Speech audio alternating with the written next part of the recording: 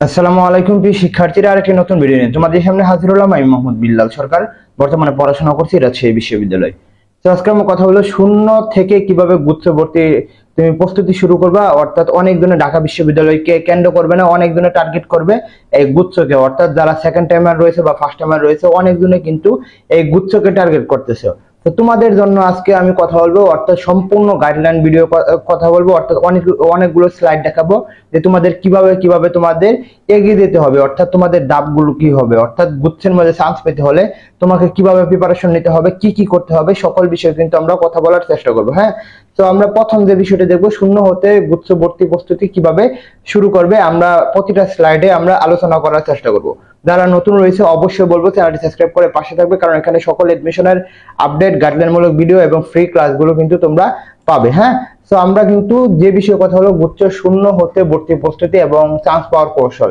আমি যদি প্রথমে যে স্লাইডের কথা হলো, বিগত সালের প্রশ্ন কিন্তু তোমাকে অবশ্যই সমাধান করতে হবে, অর্থাৎ 2020, 21, 22, 23 সালের যে প্রশ্নগুলো রয়েছে, অর্থাৎ সেগুলো কিন্তু তোমাকে অবশ্যই প্রশ্নের যে সমাধান সেটা কিন্তু তোমাকে করে নিতে হবে, অর্থাৎ গুচ্ছে প্রশ্নের সমাধান তোমাকে করতে হবে, অর্থাৎ বিগত সালের প্রশ্ন কিন্তু তোমাকে পড়ে নিতে হবে।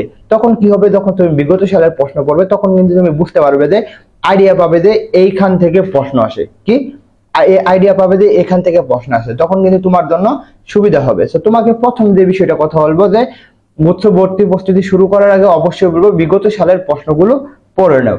2 নাম্বার যে বিষয়টা কথা বলবো সেটা হচ্ছে ড্রিম।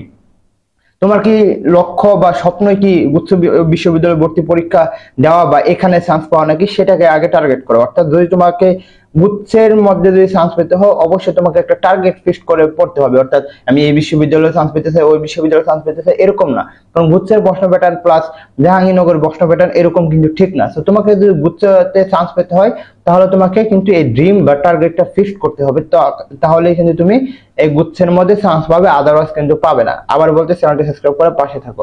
3 নাম্বার যেটা কথা বলবো, টপিক সিলেক্ট করতে হবে।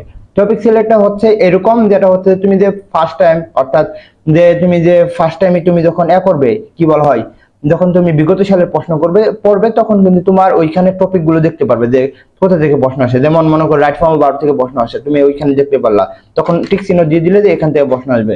মনে করো ন্যারেশন থেকে প্রশ্ন আসে, তুমি টিক চিহ্ন দিয়ে দিলে ওইখান থেকে প্রশ্ন আসবে। মনে করো তুমি বাংলা বুঝলে যে গদ্য পদ্য থেকে বেশি প্রশ্ন আসে, টিক চিহ্ন দিলে ওইখান থেকে বেশি প্রশ্ন আসবে। তো তোমাকে এই টপিক সিলেক্টটা অবশ্যই করতে হবে। পরে যে বিষয়টা সেটা হচ্ছে বাদ দেওয়ার মানসিকতা। বাদ দেওয়ার মানসিকতা বলতে কি বোঝাচ্ছে? বাদ দেওয়ার মানসিকতা বলতে এটাই বোঝায়, যেটা হচ্ছে যে তোমাকে মানে বই প্রথম থেকে শেষ পর্যন্ত পড়া যাবে না। অনেকজন মনে করে যে না ভাই আমি এই টপিক গুলো পড়বো না, এর সাথে সাথে আমি সবগুলো পড়ে ফেলবো, এরকম না। কারণ এডমিশন টেস্টটা কিন্তু একটি মানে গেমের মতন, এটা হচ্ছে যত তুমি বাদ দিয়ে টেকনিক্যালি পড়তে পারবে তত কিন্তু তুমি বিশ্ববিদ্যালয়ে চান্স পাবে। তো তোমাকে যেটা করতে হবে অবশ্যই বাদ দেওয়ার যে মন মানসিকতা সেটা কিন্তু তৈরি করতে হবে, অর্থাৎ যে টপিক গুলো ইম্পর্টেন্ট সেগুলো কিন্তু তোমাকে সিলেক্ট করতে হবে। আর যেগুলো আসেই না, মনে করো তোমাকে পিন পয়েন্ট ইরো থেকে প্রশ্ন দিবে না গুচ্ছের মধ্যে, তাহলে তুমি যদি মনে করো না ভাই আমি এটা পড়বো, তাহলে কিন্তু তোমার এখানে হবে না। তো তোমাকে কিন্তু ওই বাদ দেওয়ার মন মানসিকতা তৈরি করতে হবে, যেগুলো আসে ওইগুলোকে আগে জ্বালাই করে ফেলবো, আর যেগুলো কম আসে সেগুলো কম পড়বো, আর যেগুলো আসে না সেগুলো আমরা পড়বোই না। হ্যাঁ, পরে যেটা হচ্ছে তোমাদের জন্য সুখবর, আমাদের কিন্তু এডমিশন প্রাইভেট প্রোগ্রাম শুরু হতে যাচ্ছে, যেখানে বাংলায় 25টি ক্লাস, ইংলিশে 25টি ক্লাস, প্রবলেম সলভ পাবে 10টি ক্লাস। শুধু তাই নাই, পরীক্ষা পাবে 60টি, অর্থাৎ ফ্রি পরীক্ষা পাবে, 60টি পরীক্ষা দিতে পারবে, নামে মাত্র 1200 টাকা। যাদের সমস্যা রয়েছে তারা কিন্তু 1000 টাকা দিয়ে এখানে ভর্তি হতে পারবে। তো আশা করি তোমরা এখানে অবশ্যই নক দিবে, যে হোয়াটসঅ্যাপ নাম্বারটা দেওয়া রয়েছে বা ডিসক্রিপশন বক্সে যেগুলো দেওয়া থাকবে বা কমেন্ট বক্সে সেগুলোর সাথে আমাদের যোগাযোগ করলেই হবে।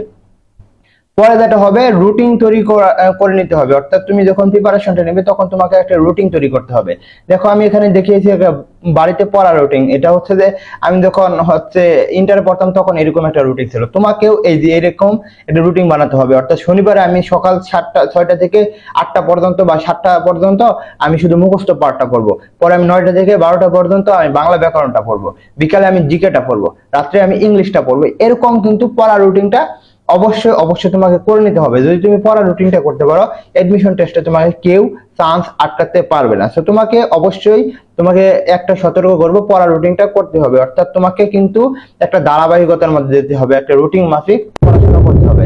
পরে যেটা হচ্ছে সেটা হচ্ছে ডেইলি এক্সাম দেওয়ার মন মানসিকতা, অর্থাৎ ডেইলি যখন তুমি এক্সাম দিবে তখন দেখতে পারবে তোমার ভুলগুলো বাড়িয়ে আসবে। অর্থাৎ তুমি আজকে মনে করো নাউনের টপিক গুলো পড়লে, অর্থাৎ তুমি সেটার উপর একটা পরীক্ষা দাও। আর যদি তুমি একা একা পরীক্ষা না দিতে পারো, তাহলে কিন্তু আমাদের তো এক্সাম বেস রয়েছেই।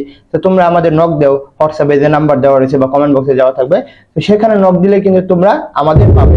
আর তোমাদের যেটা বলতেছিলাম, এই যে এডমিশন প্রাইভেট প্রোগ্রামে ভর্তি হয়ে যাও, আমি চাই যে সকলেই ভর্তি হবে, প্লাস হচ্ছে যত ডিসকাউন্ট দেওয়া যায় আমি ইনশাআল্লাহ দেওয়ার চেষ্টা করবো। অবশ্যই বলবো চ্যানেলটি সাবস্ক্রাইব করে পাশে থাকো। তোমাদের জন্য শুভকামনা। আসসালামু আলাইকুম।